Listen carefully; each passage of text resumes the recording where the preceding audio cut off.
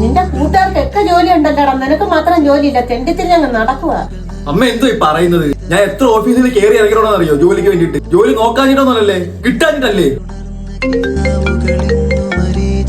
Hello, പറടാ. അളിയ വിടറാ, ഞാൻ നമ്മളെ സ്ഥിരം സ്പോട്ടിലുണ്ട്. ഞാൻ ഇപ്പൊ അങ്ങോട്ട് വരാം. എന്താടാ ഇന്റർവ്യൂവിന് പോയിട്ട്? ക്വാളിഫിക്കേഷൻ ഇത്രേ ഉള്ളോ? എന്തായാലും വേക്കൻസി വിളിക്കാം.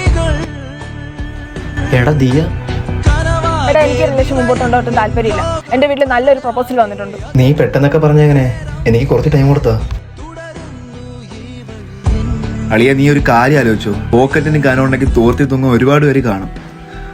പൈസ ഉണ്ടെങ്കിൽ എവിടെയും വിലയുള്ളൂ അളിയ.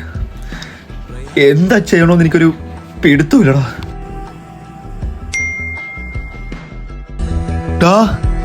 എനിക്ക് ജോലി തെറ്റായി.